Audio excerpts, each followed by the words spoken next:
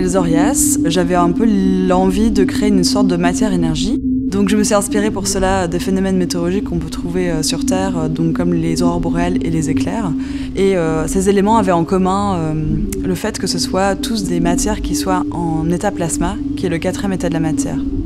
Le défi un peu, c'était d'imaginer de créer une sorte d'observatoire poétique où on pourrait regarder et interagir avec cette matière-énergie depuis la Terre, parce que le plasma ne peut pas physiquement avoir lieu sur Terre à cause des différentes pressions atmosphériques.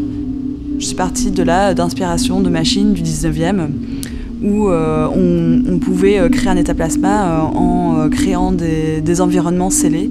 J'ai donc ici travaillé avec du verre où on a inséré différents gaz nobles.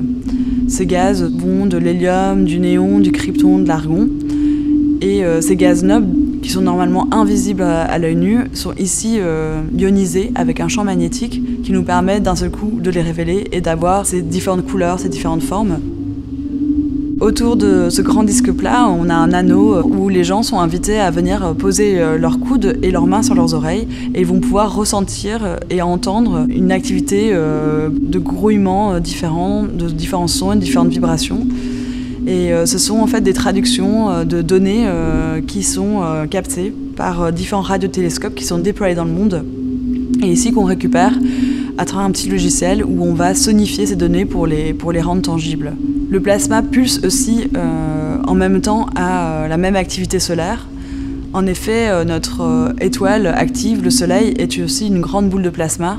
Et donc l'idée, c'était qu'on puisse avoir ces éléments qui pulsent ensemble, comme si ces choses étaient liées par les mêmes forces et les mêmes énergies.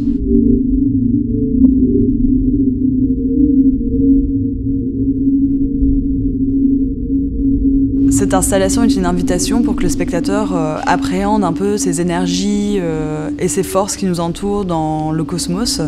Si on allait voyager dans l'espace, quel genre de forme, d'énergie, matière on rencontrerait. C'est aussi l'idée de rendre visibles en fait, ces interactions, ces forces qui sont très souvent invisibles ou inaudibles pour l'oreille de l'homme.